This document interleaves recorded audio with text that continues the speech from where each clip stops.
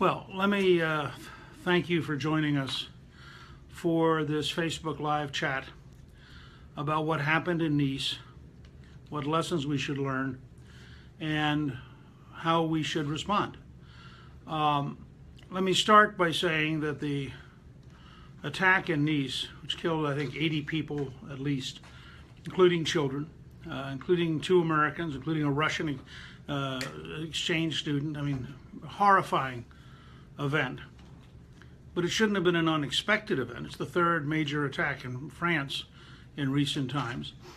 Just a day or two before, the director of intelligence in France said publicly, Europe is on the edge of a civil war, because he warned that very many more attacks like this, and you would have conservative anti-immigrant groups literally at war with immigrant groups. That was fueled, his comments before Nice were fueled by the reports in Germany that somewhere between 1,500 and 2,000 German women have been sexually assaulted by immigrants. And so he was responding to reports that are growing that the news media is hiding the information, that the government is hiding the information, and that people are getting angrier and angrier, and of course using social media to communicate with each other. So that's a starting point for looking at Nice. But there's a larger picture built around Nice. There is the bombing at the airport in Turkey. There is the bombing at the airport in Belgium. There are the previous attacks in France. There is the nightclub massacre in Orlando. There is the killings in San Bernardino. There are the 2 Canadian businessmen who were beheaded in the Philippines. There was the restaurant delicatessen that was attacked in Bangladesh. Again and again and again, we have these attacks. And the news media covers them with shock, with horror, and is confused about what's going on. I believe that we have to recognize that we're in a war, a very real war, with people who would destroy our civilization, and people who are being recruited on the internet, and people who are recruiting themselves. Remember, in the American cases I cite in Orlando and in San Bernardino, the primary actors were both American citizens. They weren't foreigners, they weren't refugees, they weren't immigrants. They were people who'd been radicalized, even though they lived in the United States.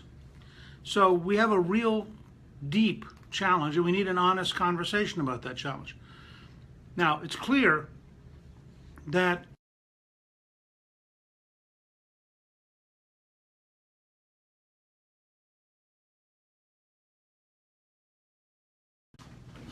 it is clear that you can defend America within the Constitution.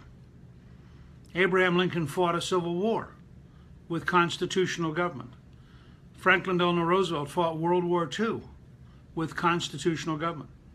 We fought the entire Cold War for 44 years, from 1947 to 1991, with constitutional government. So suggesting that we think through how we protect Americans, how we defeat our enemies, how we win this civilizational war between those who would literally destroy our civilization. That's their goal. They say it publicly. They mean it. They're recruiting people to help them do it. We have the obligation and the right to defend our civilization and to defend the United States. So in that setting, I want to talk about what we should learn and what we should do. And I want to make a very simple case here, which I know for some people will seem radical. We have an obligation to design a system which preempts murdering Americans, not to have a system which explains after the murders what happened. We know that in San Bernardino, for example, we had a lot of information, and we, in fact, for a brief period, had actually put the attacker under surveillance. We know that in Orlando, we had a lot of information, and we had for a while put the attacker under surveillance. In both cases, the surveillance was dropped. So I want to describe 3 different levels. And I think this is very important because a great deal of the coverage of what I said on Fox last night, I think, has distorted the direction I was trying to lead us in, to start a conversation. I don't think anyone has the complete answer, but at least let's have the courage to start the conversation. And I think you have to divide it into three groups. What are the ground rules for dealing with people who are not in the United States but want to come here? Now, they have no right to come here. We have every right to vet people, to decide whether or not they're appropriate and whether or not we should let them in. So the first group has to be a set of rules for people who aren't here. The second is for people who are here but they're not citizens, because again, they are operating under a rule of law, which, if you go back to the Smith Act in 1940, which President Franklin Delano Roosevelt signed, which required registered legal aliens to register, just as a part of trying to deal with the joint challenges of Nazism and communism. Third, of course, American citizens. And in the last two big cycles of killing in the United States, they were both done by American citizens. So you don't solve the problem if you only deal with people outside the U.S. or you only deal with people who are here but from overseas. You also have to confront the fact that in the age of the internet, we're seeing people radicalized who are American citizens.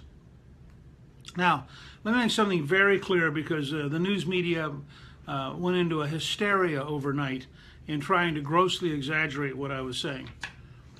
If you are a practicing Muslim and you believe deeply in your faith, but you're also loyal to the United States and you believe in the Constitution, you should have your rights totally, completely protected within the Constitution. You should have nothing to fear. Your children should have nothing to fear.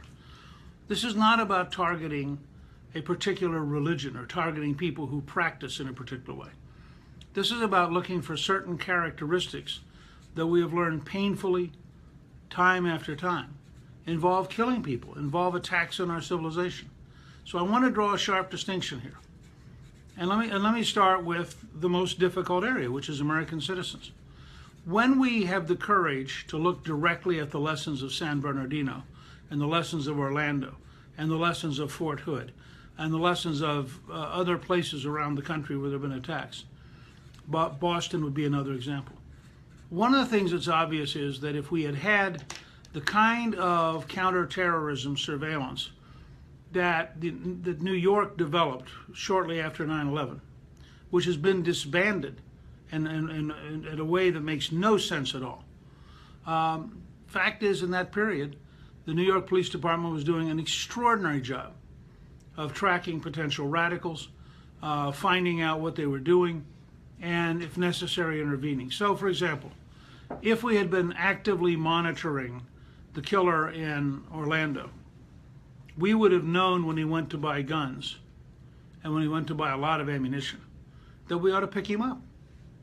Because he'd already said he was glad that 9/11 had happened. He'd already said that he really favored ISIS and the Taliban and hoped they won.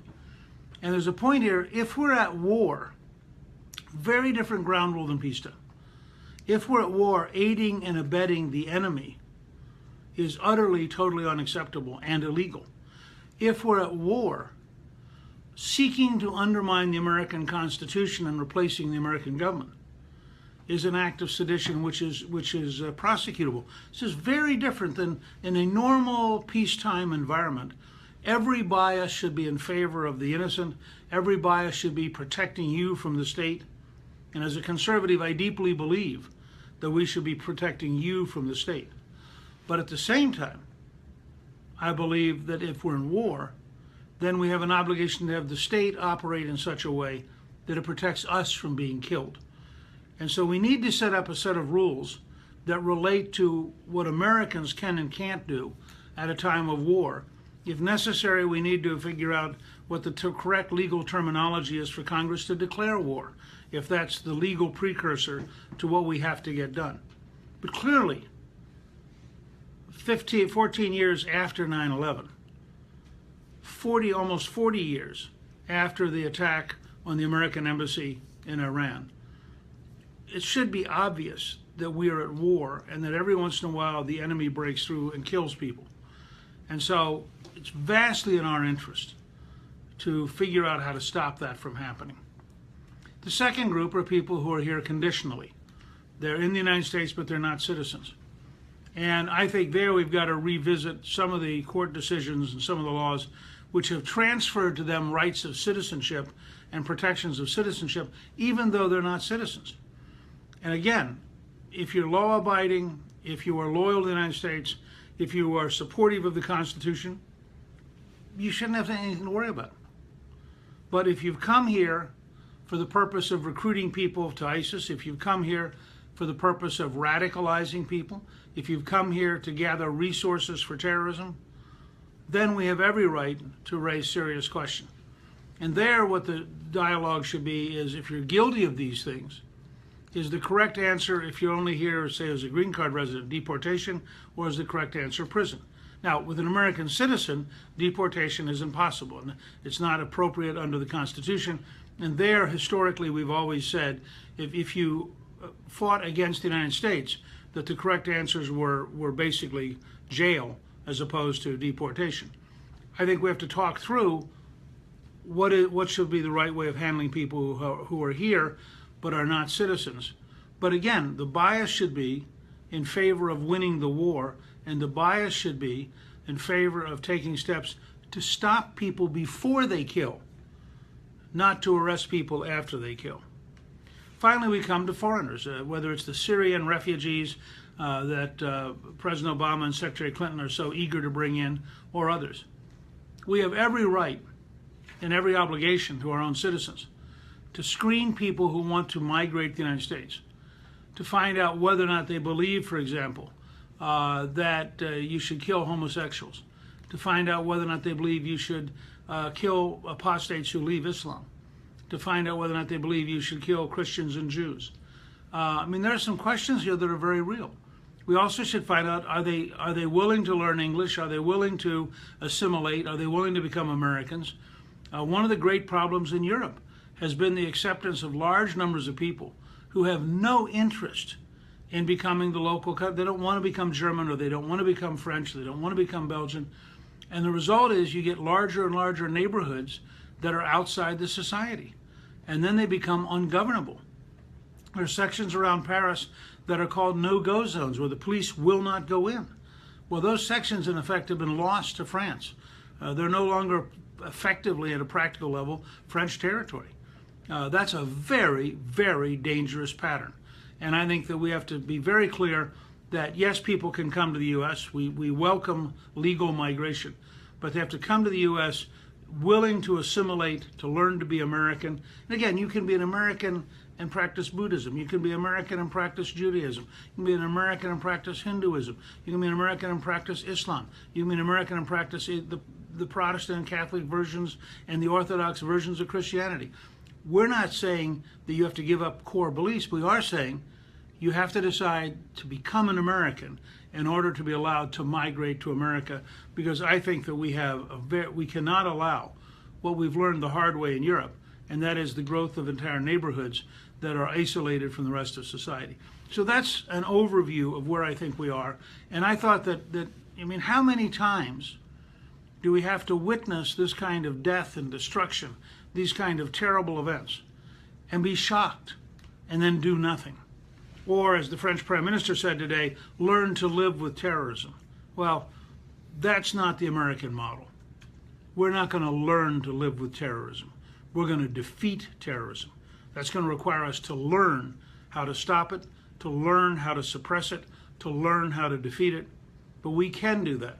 And I recommend to everybody General Flynn's new book on the field of fight, in which he describes, as the former head of the Defense Intelligence Agency, what it would take to win the war. Because I think General Flynn has a lot of insights that are very, very useful about what America has to do in order to successfully defeat those folks, the radical supremacists, who would like to destroy our civilization. So let me see, I think we have a few questions here. Travis Lee, how does our country defeat an ideology? The Taliban, Al-Qaeda, ISIS are all extremists. When we defeat one, another rises. It's a never-ending battle against evil. Well, it's only a never-ending battle against evil because we haven't taken seriously defeating evil. If we were, as the most powerful nation in the world, the wealthiest nation in the world, if we were to methodically, seriously take on at every level, whether it's Boko Haram in Nigeria, or it's Al-Shabaab in Somalia, or it is the Hamas in Gaza, or go down the list, Hezbollah in Syria and Lebanon, the Taliban, Al-Qaeda, ISIS. What we have to say is people who believe in an Islamic supremacist ideology, who are willing to kill in order to defeat Western civilization, are our mortal enemies, and we have to design a strategy to defeat them. And that strategy has to be multi-layered. It has to be political, intellectual, economic, communications, technology, and military. But military is a tiny part of the whole. We have to go back and, in a very aggressive way, revitalize the system. We probably right now should be translating into Arabic books that we want young people to read, because there's so few books translated into Arabic. We should be working right now to replace the madrasas that teach hatred and teach violence and teach war. And we should literally be working to close them down. We should develop a much more aggressive internet-based strategy, both on the positive side, communicating the values and virtues of freedom, and on the negative side, suppressing and cutting down our opponents. And then we do have to militarily defeat them, because when they are defeated, they lose some of their moral force, they lose some of their attractiveness. So it's a great question, Travis, and I hope that was helpful. Stephen Chrétien says, what parallels do you see between today's fight and the fight against communism in the 1940s and the 1950s? I think there's actually a surprising parallel, and I really recommend Diana West's book, American Betrayal, which is a very interesting study of the communist penetration of the American government, an area which our left-wing intellectuals don't want to deal with, honestly. But because of the Cold War's ending, we got access to a great number of archives, both the KGB, the East German secret police, and a whole range of places where we learn an immense amount about what actually happened. We learned, for example, that Horatio Alger, who many on the left have defended and defended and defended, I'm sorry, Alger Hiss, that Alger Hiss, who had been defended and defended and defended, actually at Yalta had a secret meeting with Joseph Stalin, and Stalin gave him the highest civilian medal in the Soviet Union for the excellent work he had done spying against the United States. So when you read their own documents, any doubt you had about Alger Hiss has to be blown away. And it's interesting to watch hardcore left-wingers who can't cope with it. They refuse to believe it, even though we have proof. There are a whole series of papers that have been published by the CIA that involved intercepts of Soviet material that, again, shows you there was a substantial number of spies in the United States. When you look at all that, you realize we had a domestic problem. We had to deal with it. We developed programs at the FBI and elsewhere to go after them. And we did methodically in the late 40s and early 50s eliminate a great deal of the communist penetration of the American government. And it was a very real penetration at its peak. So there are some parallels. This is a little different, though. First of all, it's not a nation state. You could target the Soviet Union and you knew that Russia was the center of it. This is a worldwide movement. It is an ideological movement. It's going to require a worldwide response, because it's like a virus. If you leave one area alone, that's where it's going to grow, and then it's going to come back in other places. So you have to have a global strategy looking at the entire worldwide network and dealing with it in an intelligent, effective way. Angela Haney says, what can the average American citizen do to send a message to the President of the United States that we are sick of his response to radical Islamic terrorist groups? Well, I mean, first of all, you can always write letters to your editor. You can get on talk radio. You can tweet. You can do things on Facebook. You can go to the White House website and put in messages. We live in an age when citizens have lots of opportunity. You can also organize a petition drive with your neighbors and your friends, put it on the internet or put it on Facebook. It's amazing how many things you could do. Jack Merritt says, can we legitimately declare war on a movement or sect? I always thought war was between our state and another state. No, well, you can define war as being with a movement because that's what it is. I mean, you'd have to be a little irrational to say The other side gets to organize all around the planet. The other side gets to use the internet all around the planet. The other side gets to plan attacks. Remember the list I just gave you a few minutes ago? France, Belgium, all of the assaults in Germany, Turkey, Bangladesh, the Philippines, the United States. These are all violent acts in recent times. That doesn't count the continuing violence in Libya, Egypt, Gaza, Syria, Yemen, Somalia. You know, we have to recognize this is a worldwide movement with worldwide dangers, and we're going to have to design a worldwide strategy to defeat it.